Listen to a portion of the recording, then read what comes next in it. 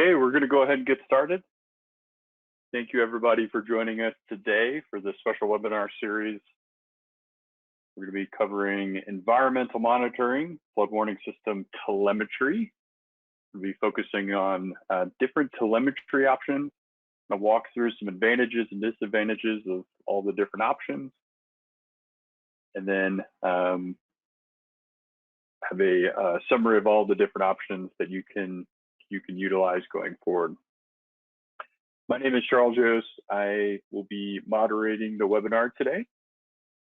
We have three great speakers that we'll get to shortly and introduce them. Before we get started, just a note, we will be recording this webinar. So if you want to reference this after the fact or share it with someone who was not able to attend, we will record this, and just reach out to us if you would like a link to that recording. Because we are recording it, we're going to go ahead and mute everyone. So everyone is locked in and muted. If you do have questions throughout the webinar, feel free to ask those questions. We have a couple different ways that you can do that. You can send and submit your questions through the aptly named questions box there. Someone will either respond back to your question directly and through the text box, or we'll ask it or work it in throughout the webinar. At the end of the webinar, we will allow people to unmute themselves, and they can ask their question directly if we have time remaining at the end. Also, if you come up with a question after the fact, or you don't feel comfortable submitting questions through either of those channels, we have contact information up here at the bottom left there. Feel free to reach out to us. We'll be more than happy to answer any questions, as well as provide any information about anything that you see here today. And with that, we'll get started. So we're going to introduce our speakers here. We have a great slate of speakers combined. They have about 80 years of experience in the hydrology space. Up first is Gary Baker. He's our Hydromet manager, covers for the hydrology segment for FTS, High Sierra, and OneRain. He's been in the hydrology market for about 25 years now, over 25 years, and has a great wealth of information. He'll be doing our introduction as well as focusing on our satellite options today. After Gary, we'll have James Logan. James is the CEO of both OneRain and High Sierra Electronics. He has close to 30 years of experience in the environmental monitoring space, and he has been with OneRain for about 16 years now. He has led designs for telemetry and software around the world, and he'll be focusing on radio-based telemetry options. And then finally, we have up Tom Ogden. He's our Senior Product Manager for High Sierra. He has been with High Sierra since 1993, as well as been in the flood warning space since the early 80s. And Tom has a great wealth of information for the hydrology space and designing flood warning and hydrology networks. And he will be focusing on our IoT at the end of the presentation. And with that, I will pass it over to Gary, who will lead us through an introduction and go through our agenda. Gary, are you on? I am on. Thanks, Charles.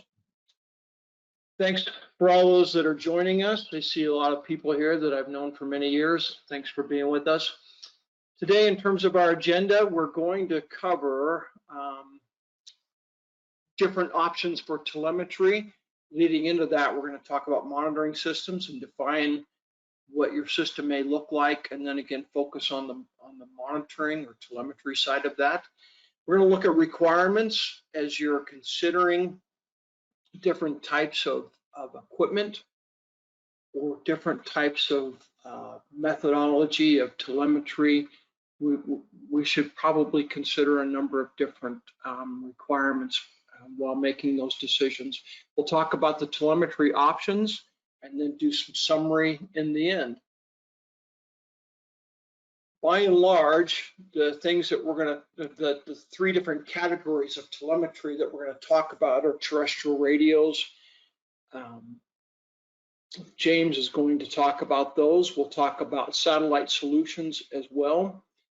We'll talk about three different satellite solutions, as well as the Internet of Things, which is kind of a newer buzzword. It's a newer technology, in some cases lower cost. We'll talk about some of the trade-offs with IoT as well.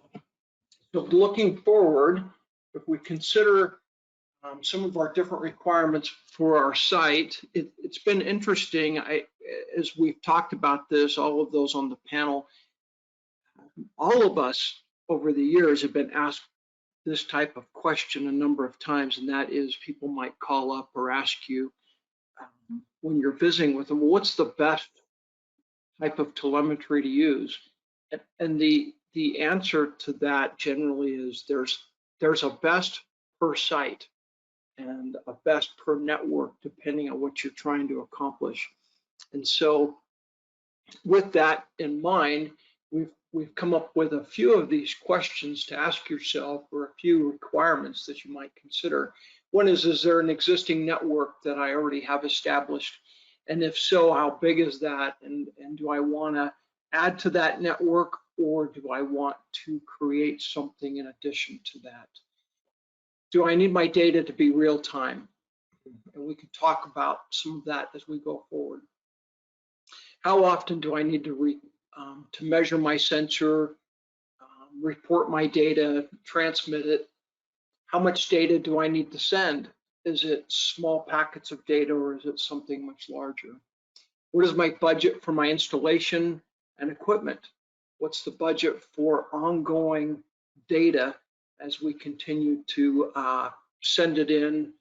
Do I need that to be free of cost, or do I, can I afford to have to pay for that data? What type of coverage do I have for telemetry? In other words, is it a hard site to get out of, or is it relatively easy? Is it mission critical data? Do I absolutely need to make sure that my transmission happens when I expect it to happen?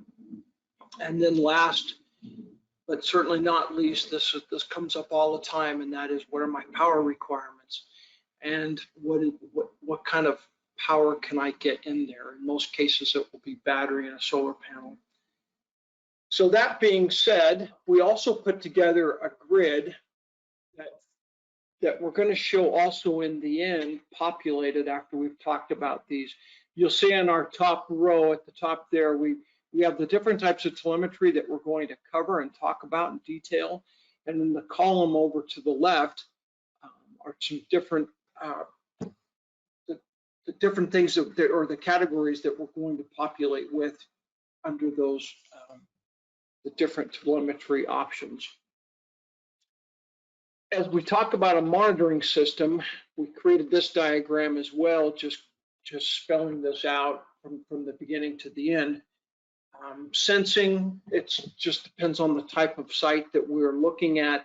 Is it a weather station? If it's a weather station, those parameters and those sensors might be different than simply a stream flow site or a flood site. Then we consider, do we want to log the data? And if so, then that will determine what kind of telemetry or logger we have out there. And then do we want to transmit the data? And that's, of course, what this webinar will be about, is transmitting telemetry. And that will determine as well, in a lot of cases, of how we'll receive the data. Do we already have a base station software out there? And what is it? And is that adequate as well and satisfactory to meet our needs? And then, of course, the data content and the decisions that we make, and how are we going to process that data. But again, by and large, today we're going to talk about the telemetry options. That being said, we're going to start talking about the terrestrial radio options, and start that with James Logan. Hello, everybody. So we're going to talk about terrestrial radio options. There's three types that we'll discuss. Alert 2, which is the latest generation of alert technology. So we'll focus on what Alert 2 does. And that's a technology that's been in use in the U.S. for a long time and has been supported by the National Weather Service. We'll talk about Modbus, which is a protocol that can be done over radio that is used by some agencies, and it's a technology that's typically called SCADA, which is used primarily in industrial applications for doing industrial and process control type things, but it's used as a telemetry for a few agencies in the U.S. that we work with. And then packet radio networks, which is another technology that allows you to communicate more as if all the sites are part of an Ethernet network. That's sort of how it behaves. They're essentially all on a network. So starting with Alert 2, it's widely used across the U.S. For real-time applications and primarily for flood warning and hydrology applications. It can be used for other things, but for the most part in the U.S., this is probably the 99% of its use is for flood warning and hydrology applications. It was designed to be backward compatible with Alert, which Alert has been in place since the early 1980s, and it's an older technology that needed to be replaced. And Alert 2 was designed to be both backward compatible and to provide all the modern conveniences of a modern telemetry platform. It's an open standard. It's being managed by the National Hydrologic Warning Council, and it's been supported by the National Weather Service. Almost every agency in the U.S. that has an Alert 2 network forwards all their data to the Weather Service to be part of their forecasting and warning process that they do, in addition to the local agency using it for their own purposes. It's real time, and real time in the Alert 2 context means that the data gets there between 30 seconds and 2 minutes after a data value gets recorded, and that time delay is typically related to how many gauges or sites you have on your network. So if your network has 200 sites, then there'll be longer latency, and if your network has 20 sites, then the latency can get very small, maybe even down to 5-second latency. It's a two-way protocol, and it also supports encryption, so you can do secure things with it. These are some features that have been added to the protocol recently, and they're now supported by the vendors. And so now you can use these capabilities for both two-way and encryption. It's a low power protocol, so the stations, almost all the stations that are out there are solar powered. Not all of them are, but the majority of them are. It transmits small data packets, so it's not a good protocol for transmitting large content. Like, it's not a good protocol for transmitting camera images, but it is a good protocol for transmitting environmental data, rain gauge data, stream gauge data, that type of data. And it's used, Alert 2 is primarily used on radio networks, but it is also supported over IP networks. So there are actually many vendors out there that have built interfaces so that they can send the data, for example, over a cellular data network. They can send Alert 2 content that way, and it can be sent through other means also. So Alert 2, it's primarily for measuring precipitation, water levels, and weather stations. That's what it's mainly used for.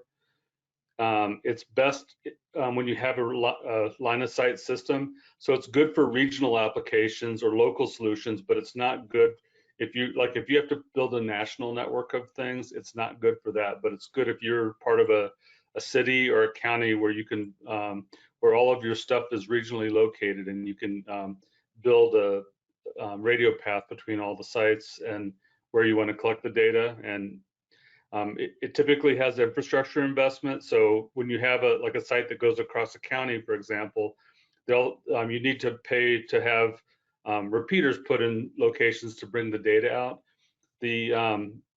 one of the big advantages of Alert 2 is that the system it's very reliable. So once you build the system, during extreme events, there's no dependency on any outside resources. So this is a big strength of this technology, is that if you have an operations center that deals with, or emergency operations center, and you want the system to work, it'll always work even if the internet goes down, if the cell network goes down, if a hurricane's pounding and the streets are flooded.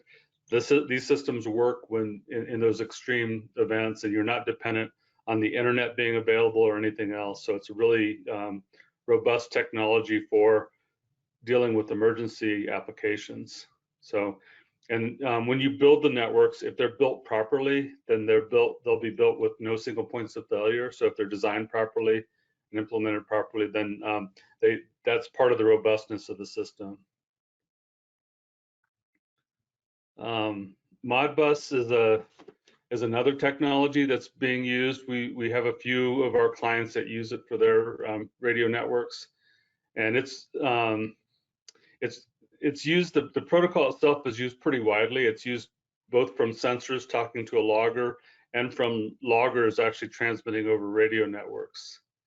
The way that we've seen it implemented primarily is a pulled solution. So there'll be a central computer controlling an RTU that basically sends polling commands to all the sites in sequence and says, give me your data site 1, give me your data site 2, and it brings the data in. The agencies that we work with that use it primarily are creating time series data out of it, and the time series, the time interval is pretty dependent on how many gauges are on the network. So for example, to have 15 or 5-minute data, you'd have to make sure that you could pull all your sites within 5 minutes. So it's fairly complicated, but we have a few agencies that have like 500 sites, or one agency we're working with has 500 sites that are using Modbus, and they're pulling all the sites to produce 15-minute data, but it requires them to have 3 different radio frequencies, and it's sort of and they're actually starting to get full with the number of sites that they can pull because of the slots are filling up to support the 15-minute time steps. So Modbus is it's primarily a system where you measure sensor values, and it's similar to the other systems that it requires line of sight radio. So they typically implement it with sort of a hub and spoke architecture where all the sites are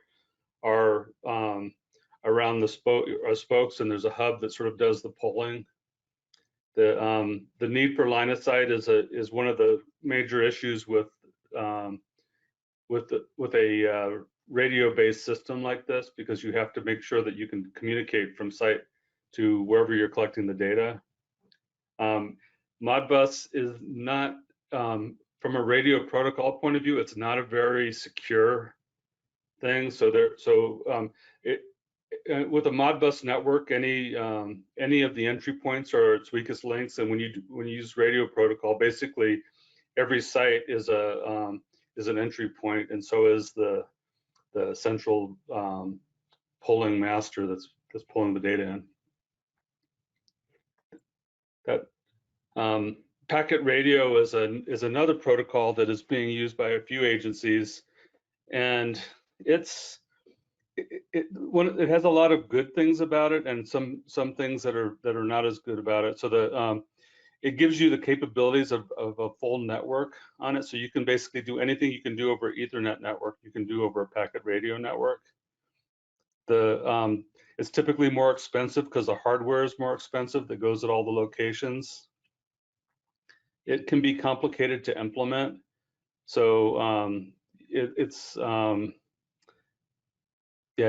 just because the network, it doesn't necessarily have a hub and spoke network. It's basically the sites can communicate with each other, and they can act as repeaters for the data and route the data throughout the network. It is a real-time system, so the latency on a packet radio network is pretty minimal compared to some of the other protocols, because you don't have to wait as long for the data to get through. It does support two-way, because it's basically it supports everything you can do over an IP network. It is higher power because the radio is on all the time, So because radio has to be listening and transmitting all the time in a packet radio network. And it can support both small and large data content. So you can use small data, but you can also pass images and other things because of the way the packet radio works. And it's pretty flexible on how you can lay it out on a network. So it can follow along a long river, or it can be central with like a hub and spoke. So it can work several different ways. So now I'll hand it over to Gary to talk about some of the satellite options. Thanks, James. The three different satellite options we're going to talk about is first GOES, and we'll talk about Iridium as well as Inmarsat, otherwise known in some cases as Orbcomm. First, we're going to talk about GOES. I just threw a quick diagram here together to talk about the path of where it begins and then where you receive your data. Of course, the bottom left is an indication of your gauge site out in the field, and it transmits from there up to the GOES satellite. From there, it's going to bounce either down to Wallops Island, where the data is first received, or it can be received over at Sioux Falls. If you receive it at Sioux Falls, or if it's received there, then you can easily capture it from their site, either from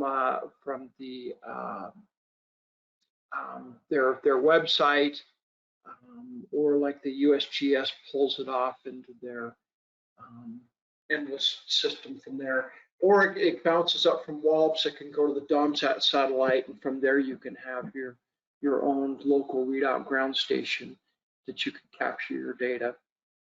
But it's very quick. In capturing that data, it's extremely reliable. I did lay out, I grabbed this image as well, just giving you an indication of where exactly from the GOES West and the GOES East satellite in terms of coverage. You can tell from these two satellites, great coverage with North and Central and South America, as well as some of the other a little bit in some of the other countries, but some of the other countries also have their own satellite systems that work similarly off GOES. For instance, in India, they have INSAT, and it uses roughly the same transmitter. It's just certified different and a few other tweaks, but that gives you a similar GOES access to some other parts of the world as well. Just a little bit of background how GOES works. In some cases, many on here probably have used GOES. There are some that have not.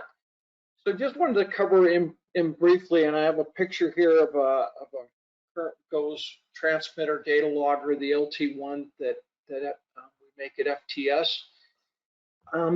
You would get your data or your access to a GOES transmitter an approval through NESDIS. NESDIS, by the way, is a division of NOAA. NESDIS stands for National Environmental Satellite Data and Information Services. They actually manage the satellite systems. You apply for your access to it.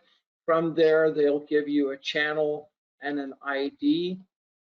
The DCP, or the GOES transmitter, actually stores data in the buffer, and then when you're given a time slot by NESDIS, and when your time slot comes up, it will transmit the data that was stored in the buffer. For instance, many are given an hour window these days, and if you're logging your data every 15 minutes, those 15-minute readings will be stored in the buffer, and when your hour comes up, it would transmit those 4 measurements. That's done in the self-time channel. You can also be given access to a random channel, and the random channel is basically an event channel, meaning that you can set it up saying that if my stage gets to X value, then transmit. And so you can do that. And in some cases, there are many that are using that for alert type sites as well, not alert in the way that the actual acronym alert, but more of a warning type site. We move on to the next slide. I just threw this up here to touch briefly. Setting up a GOES transmitter is by and large, when NESDIS gives you your access IDs, they'll give you your ID, your channel, your baud rate, your transmission rate, and your window. And you just put those right into your data logger, your GOES transmitter. So all of those just have these boxes or these places where you put that information that they've given you and you put it right into the transmitter itself, making it really quite simple. A couple of advantages and disadvantages for GOES.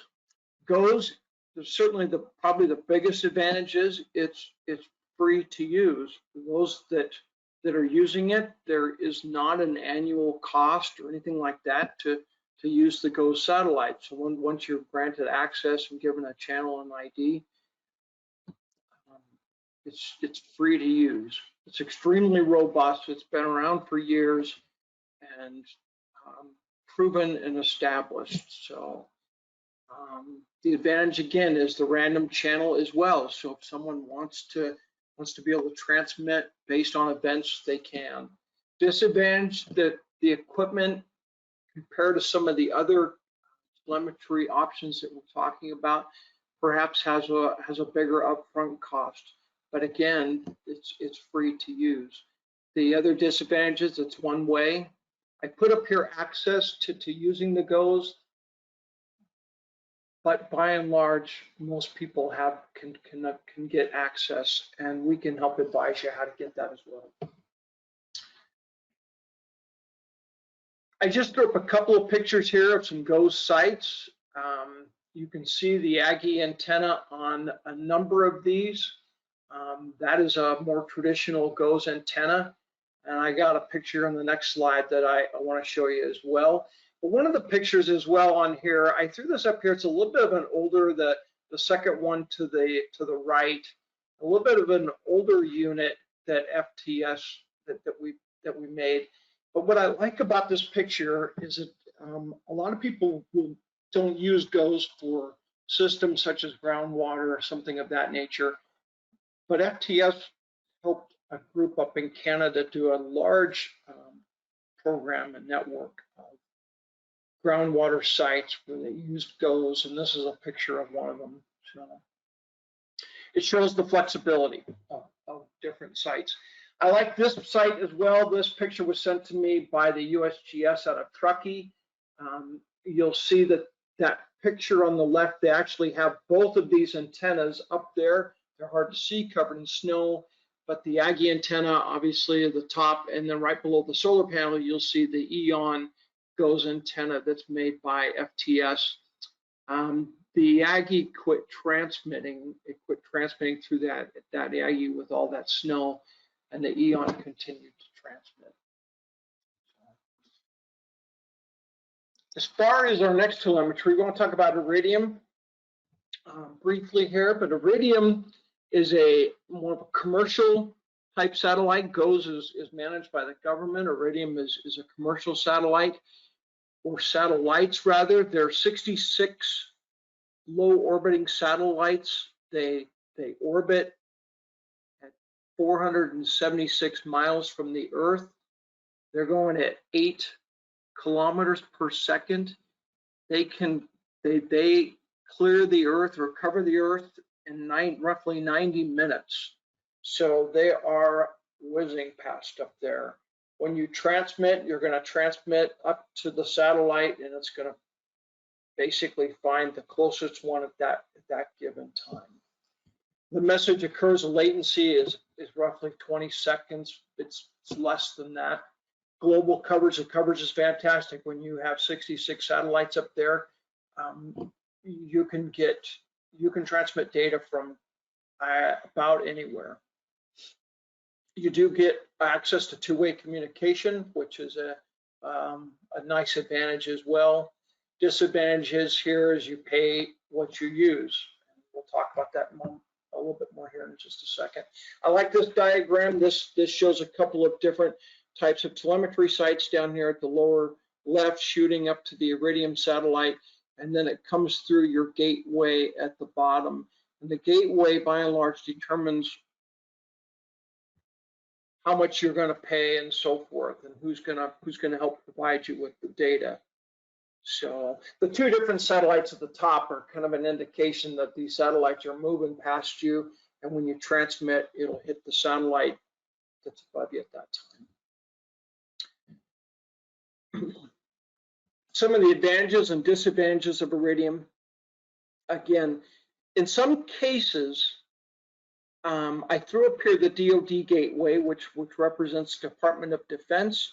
And if you have access to the Department of Defense gateway, transmitting through that can be free in a lot of cases. Iridium is extremely robust and reliable. It's a great network, proven, and under some cases, it's two-way communication, which is great for, again, for satellite. The disadvantage is cost. The cost is quite expensive if you're not getting free access to it. It can be expensive. So if you want the two-way communications and you want all the advantages of Iridium, it does cost a bit. So the other satellite solution that we can provide at AEM is Inmarsat, or otherwise known as Orbcomm. And we've done a number of sites. I've got some pictures up here in just a moment. It is geostationary, so it's not the low orbiting. It's up 22,000+ miles in the Earth, and so it's actually rotating with the Earth, which if you lock in your beam when you install it and it locks in, you're not going to miss a transmission. Once you've locked into that satellite, unless something is tweaked at the site, you won't miss your transmission. It is also another pay-as-you-use, and so it's not a free service, but again, it's all about what you want and what your needs are. This just gives you an indication here through this map up of really the coverage. The coverage is great unless you're on the tips of the Earth. And I don't think anyone on this call is. So in terms of what we're looking for in this group, you'd have great coverage. Inmarsat is extremely robust, not prone to having storms get in the way of its transmissions. Network is established. Again, your latency is not an issue. It's 20 seconds, if not less. Geostationary, as we talked about, which makes it extremely reliable as well. Disadvantages, again, you pay as you go. So you pay for the data as you use it. So you want to use more data, it's going to cost you more money. So here's 4 pictures of some of our satellite installations that we've done.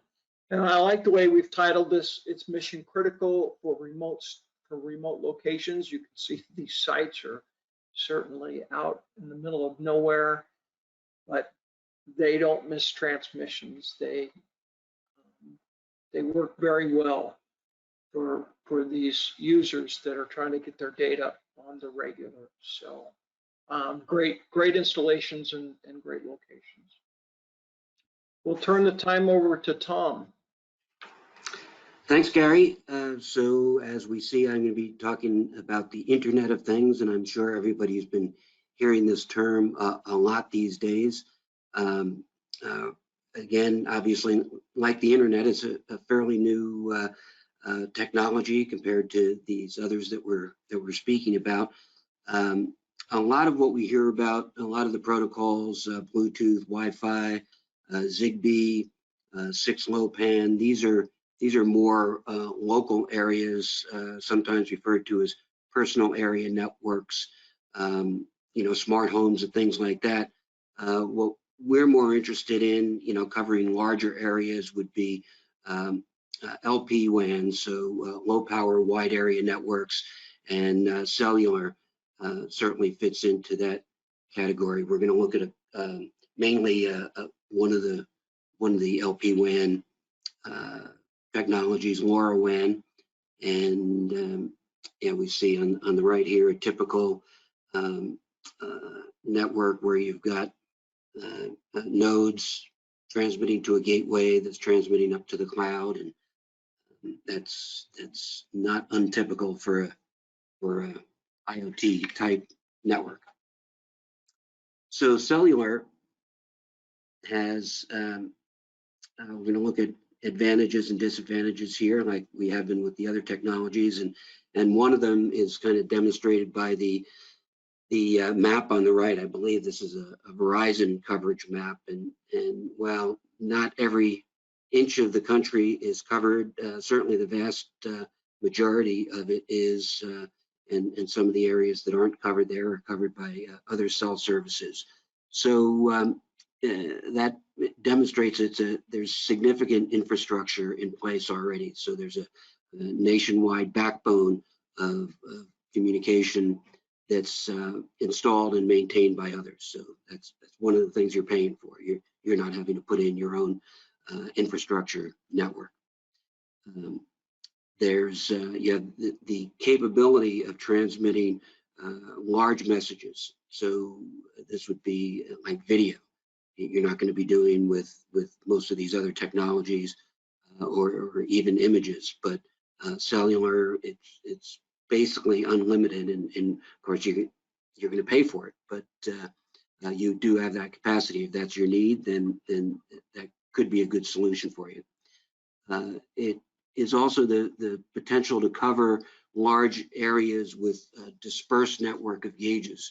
So earlier we were talking about, James was talking about alert technology, which is great for a city, county, or region where you might have a number of repeaters bringing the data into a central location. But if you have sites that are spread out tremendously, 20, 30 miles, and not a dense network, it doesn't really work in an alert type environment or a SCADA type environment. But cellular, given that wide network capability, it would be a good solution there. It's very power efficient when you're transmitting in a one-way mode. We have sites that are normally sleep or in low power mode, and when it's time to take a reading, power up, transmit a signal, and go back to sleep, and that's very power efficient. And as we think I mentioned, that it's also a two-way communication is available, just like cell phone communications. You've got the two-way communications. If you've got a video, for example, you could be issuing pan, tilt, zoom commands back to the camera and have it be responding basically in real time. Some of the downsides, like other commercial solutions, you've got the recurring cost. There's also signal fade during heavy rainfall events, and we're talking about hydrology data here. That some of the most important data you're looking for are during high rainfall events. So that could be a problem. If you've got marginal signal, normally you could be losing data during storms. We mentioned the two-way communication. If you are doing two-way, you're powered up all the time. Definitely heavier power consumption there, larger panel, more battery, etc. They're also typically in emergencies, which is, perhaps the time when you most need your data. There's a heavy network usage on the cell networks, and that could affect your data reliability. But we've also, I'm out here in Northern California, and you've probably heard about the PGE power outages we've had here last year and expecting again this summer, and that affected cell performance. So we had some cell towers were actually down with the loss of AC, and some that were running on generators had lower signal powers. I had that at my house, and definitely less performance when they were running on generators. So those are some of the things to consider with cellular. A couple of examples, I'm going to give you two examples. Both of them are hybrid solutions where we're using two different telemetry modes. And this is a state on the East Coast where they're a cooperator with the USGS in a large network of water level sites the GS maintains for them. And what they wanted redundant data, and they also wanted more frequent data. So in this middle picture here, you see our data logger with this Sierra wireless cell modem in there, and we're reading the SDI-12. Basically, we're in something called a listen-only mode, where the GOES DCP is reading the bubbler here, and as any reading comes across, they're doing 5-minute readings now to get that more frequent data. We're listening in on that, picking it up and transmitting, so they're getting 5-minute data. So just an example of how you might blend telemetry solutions. The next one here is another hybrid solution. You see on the map to the right here, all these yellow dots actually represent at least 3 locations. So this is in Texas. We're out in the hill country outside of San Antonio, and we're using VHF, so terrestrial radio alert communications between the gauging sites and triggering these flooded roadway warning sites up the road in each direction. And locally, we're using alert communications, but as you can see in the map, we've got back to their base station, and this is hill country, back to the base station is 80 miles from some of these sites. So what we're doing here is each of these subsystems includes a cellular gateway. So the data's coming into the cloud, into OneRain's Contrail for display, alarming, and historical data, and also gives them the capability of communicating out to the sites. So here's an example where we're using the robust alert communication locally and tying into the base station with cell. So that gives us that dispersal of communication. And so now we're going to look at LPWANs. So LPWAN again is a low power wide area network, and some of the protocols is LoRoWan, which is a long range wide area network, Sigfox, which I believe was the first of these back in the early 2000s, and then there's some 5G cellular protocols that are being developed. You know, most of the cellular data that's being sent is more like IP data. They're actually developing these small packets of data similar to these other protocols that will be utilizing the 5G networks. So again, there obviously, as the name implies, it's long range. In urban environments, maybe a few kilometers, but over 10 kilometers in rural settings. And it really depends on its line of sight base. So depending on, can go significantly longer than that if you've got a significant elevation on your receive side or transmit site and no obstacles.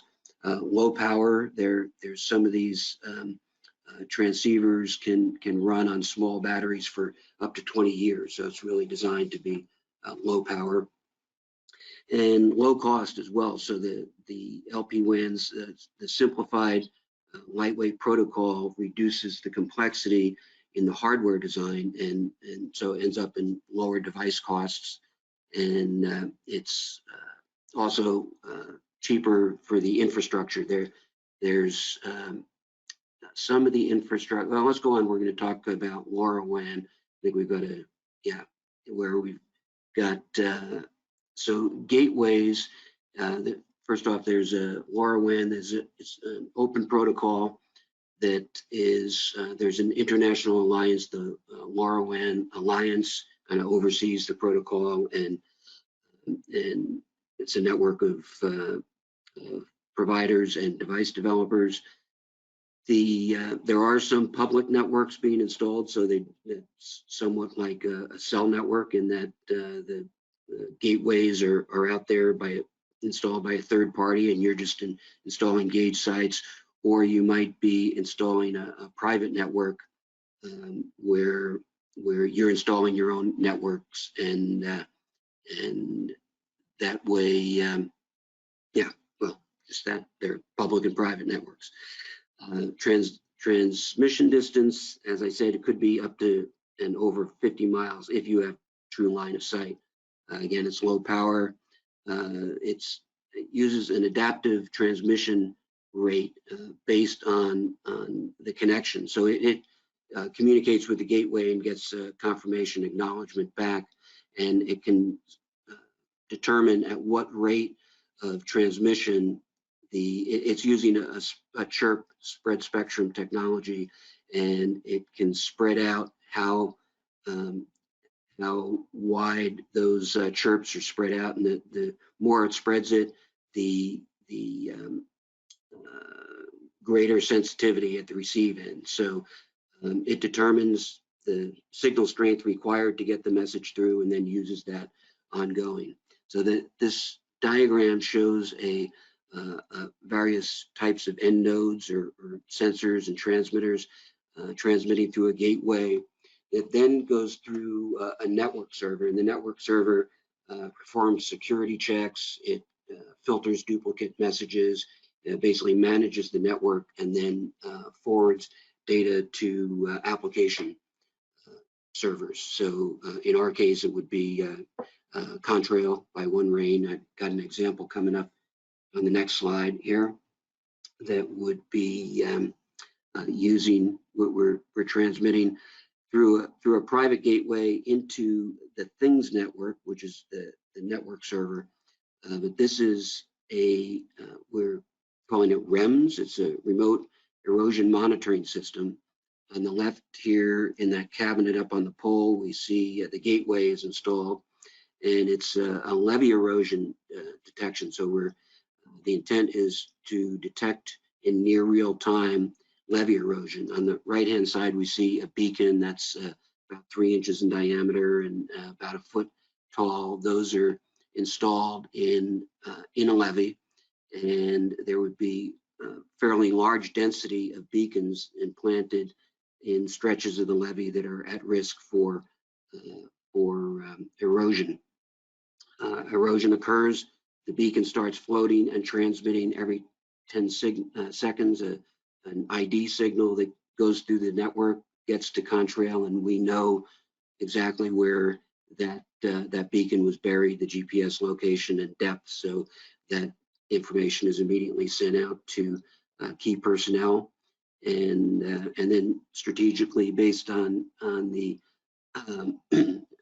path availability, we would be placing gateways in proximity to these erosion sites so that we're ensured that we're going to pick up the signals.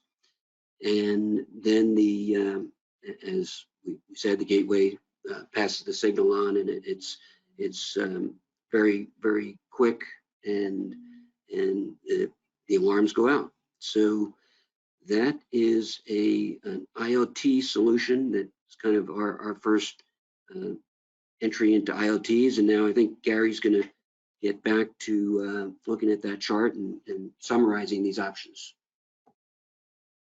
Thanks, Tom. Thanks, James. I did get a question on, and I just want to retrieve this, I suppose, now and clean it up. I did get a question on Iridium costing, or cost of Iridium to receive your data. I suppose I made the statement that it's free.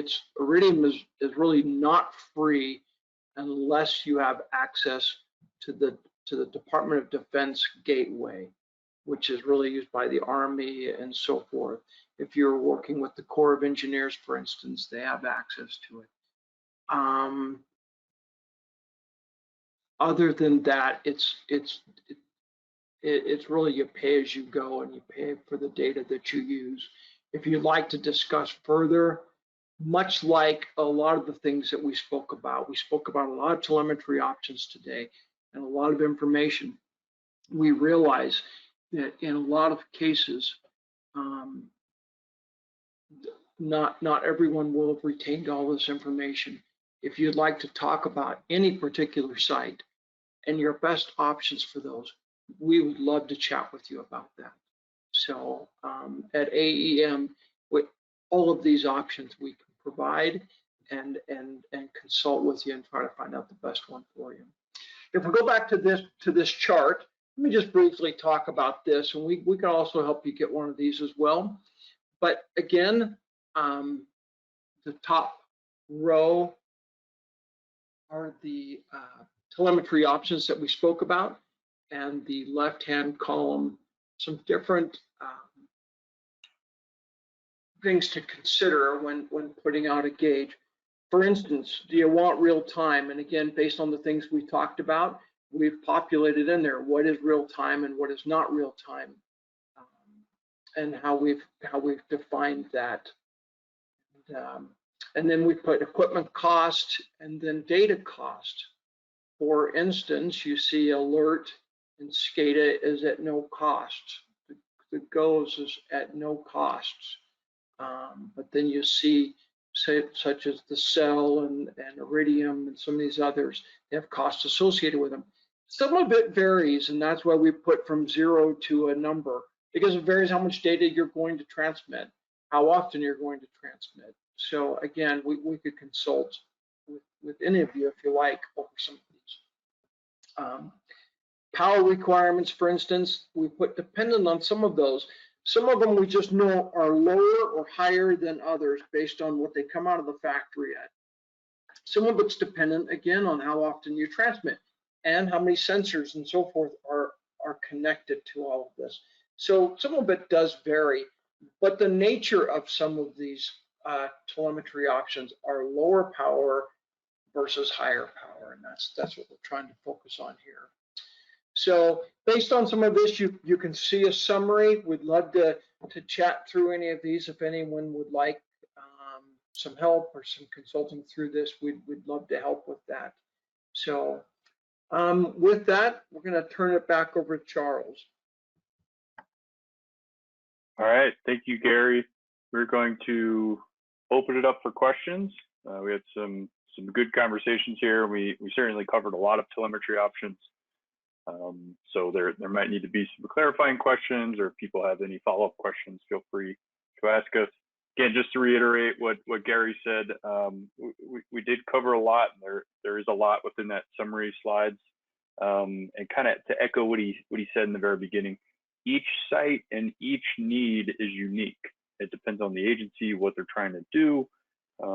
And so we would love to help you walk through some of these challenges and to help you find the best solution that works for you, regardless of where it fits on that spectrum and on that table. So I have up here, before we open it up, any questions, feel free to reach out to us. We have some general contact information here up at the top, including a general distribution group and some general phone numbers, as well as the speakers' email addresses. Feel free to reach out to them, tell them how much you enjoyed them speaking, or to ask a question. With that, I will peruse through the questions. It doesn't look like we have any follow-up questions. We do have just one clarifying, just to echo what Gary said. It looks like that DoD gateway may or may not be going away towards the end of this year. So that free mechanism may or may not be there anymore. So we can help walk through that if Iridium is of interest. And with that, I will, if there's any follow-up questions, I will allow people to unmute themselves. And feel free to unmute yourself if you have any questions. And